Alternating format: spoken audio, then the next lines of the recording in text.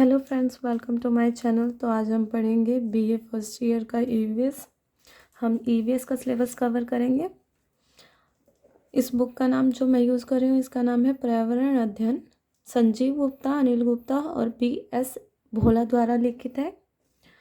तो आइए स्टार्ट करते हैं। तो जैसा कि आप देख पा रहे हैं, विषय सूची में हमारे पास टोटल 8 चैप्टर हैं। 8 में से इन 8 चैप्टर को 4 यूनिट में डिवाइड किया गया है। जो फर्स्ट चैप्टर और थर्ड चैप्टर है, ये फर्स्ट यूनिट में है। तो आज हम थर्ड चैप्टर करने वाले हैं, पारिस्थितिक तंत्र। और जो ये फर्स्ट यूनिट का फर्स्ट चैप्टर है, पर्यावरण अध्ययन, परिभाषा, कार्य क्षेत्र और महत्व, ये हम थर्ड चैप्टर के कंप्लीट होने के बाद करेंगे। हमारा थर्ड चैप्टर है पारिस्थितिक तंत्र। सबसे पहले हम इंट्रोडक्शन पढ़ेंगे, परिचय। पारिस्थितिक तंत्र से हमारा अभिप्राय उस तंत्र से है जिसमें जैविक तथा अजैविक तत्वों के समूह पारस्परिक क्रिया व प्रतिक्रिया करते हैं। जीव जंतु पर्यावरण के साथ पूर्णतः संतुलन की अवस्था में रहते हैं। पर्यावरण का शाब्दिक अर्थ है चारों ओर से घेरने वाला। पर्यावरण से अभिप्राय उन सभी वस्तुओं और परिस्थितियों से है जो प्रत्यक्ष या अप्रत्यक्ष रूप से जीव के जीवन और विकास को प्रभावित करती है। जीव और पर्यावरण प्रकृति के दो अटूट घटक हैं। इतिहास। जीवित प्राणियों और उनके भौतिक पर्यावरण के पारस्परिक संबंधों को परिभाषित करने के लिए विभिन्न वैज्ञानिकों ने अलग अलग शब्दों का प्रयोग किया है। बायोसिनोसिस शब्द का प्रयोग कार्ल मोबियस ने 1877 में किया था। माइक्रोकॉस्म शब्द का प्रयोग S.A. फोर्बस ने 1887 में किया था। पारिस्थितिक तंत्र शब्द का प्रयोग A.G. तांसले ने किया था।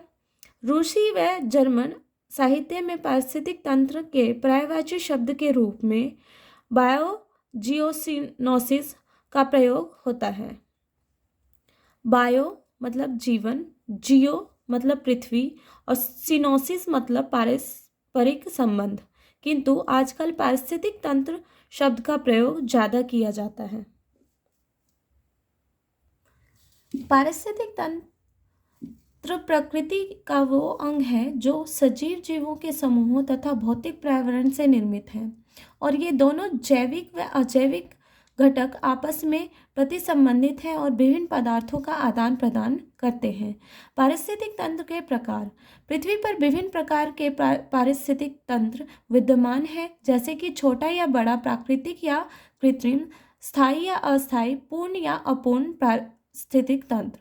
आकार के आधार पर पारिस्थितिक तंत्र को 4 भागों में बांटा गया है। अति सूक्ष्म पारिस्थितिक तंत्र, सूक्ष्म पारिस्थितिक तंत्र, बृहद पारिस्थितिक तंत्र और अति विस्तृत पारिस्थितिक तंत्र। इसमें अति सूक्ष्म पारिस्थितिक तंत्र को हम विस्तार से पढ़ेंगे। ये अत्यंत छोटे पारिस्थितिक तंत्र हैं। उदाहरणतः तालाब के पानी की एक बूंद, जंगल में लकड़ी का टुकड़ा इत्यादि। सूक्ष्म पारिस्थितिक तंत्र यह बृहद पारिस्थितिक तंत्र का एक विशेष छोटा हिस्सा है जिसकी अपनी विशेषताएं होती हैं, जैसे कि घाटी पारिस्थितिक तंत्र व लगून पारिस्थितिक तंत्र। बृहद पारिस्थितिक तंत्र एक विस्तृत तंत्र जो काफ़ी बड़े क्षेत्र में स्थापित होते हैं, जैसे कि जंगल पारिस्थितिक तंत्र, मरुस्थलीय पारिस्थितिक तंत्र, चारागाह पारिस्थितिक तंत्र। अति विस्तृत पारिस्थितिक तंत्र यह बहुत ही बड़े या व्यापक तंत्र है, जैसे कि महासागरीय पारिस्थितिक तंत्र। निर्माण के आधार पर पारिस्थितिक तंत्र प्राकृतिक और कृत्रिम होते हैं। प्राकृतिक ये वे परितंत्र हैं जिनका विकास प्राकृतिक स्थितियों से बिना मानवीय हस्तक्षेप के हुआ है। प्राकृतिक पारिस्थितिक तंत्र को फर्दर 2 पार्ट्स में डिवाइड किया गया है, भूमि पारिस्थितिक तंत्र और जलीय परितंत्र। भूमि पारिस्थितिक तंत्र ये परितंत्र भूमि के स्तर पर पाए जाते हैं, जैसे कि वन परितंत्र, चारागाह परितंत्र और मरुस्थलीय परितंत्र। जलीय परितंत्र ये परितंत्र पानी में पाए जाते हैं।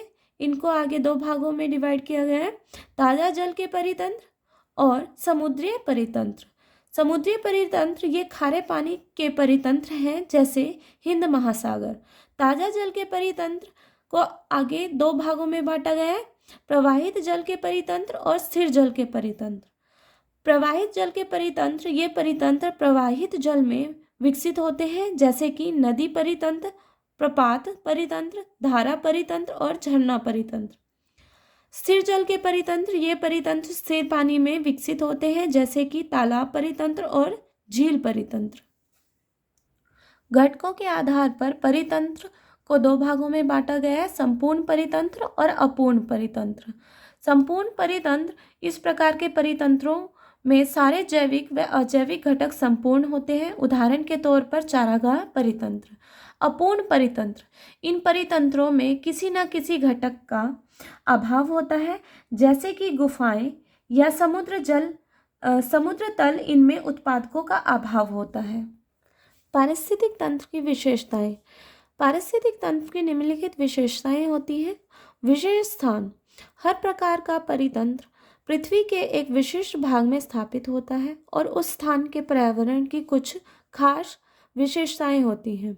पोषक तत्वों का चक्रीकरण, पेड़ पौधे पर्यावरण से विभिन्न प्रकार के अकार्बनिक तत्व ग्रहण करते हैं, जैसे कि कार्बन, नाइट्रोजन, ऑक्सीजन, गंधक, लोहा, जस्ता, कैल्शियम इत्यादि।